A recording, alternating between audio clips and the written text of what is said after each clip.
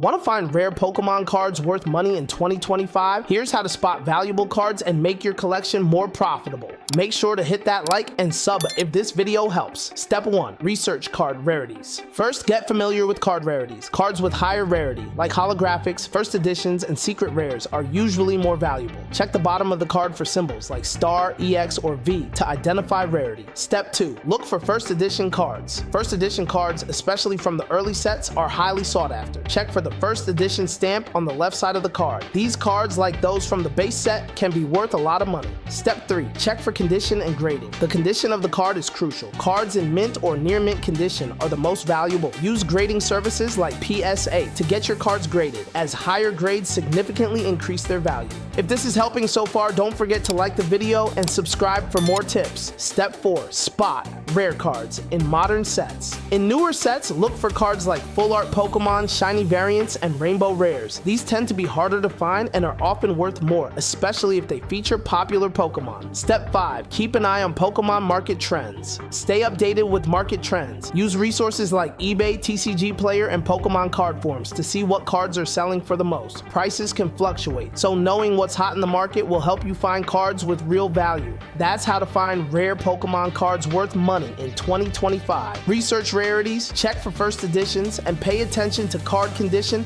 and market trends. Don't forget to hit subscribe for more tips and comment for any other how-to you might need.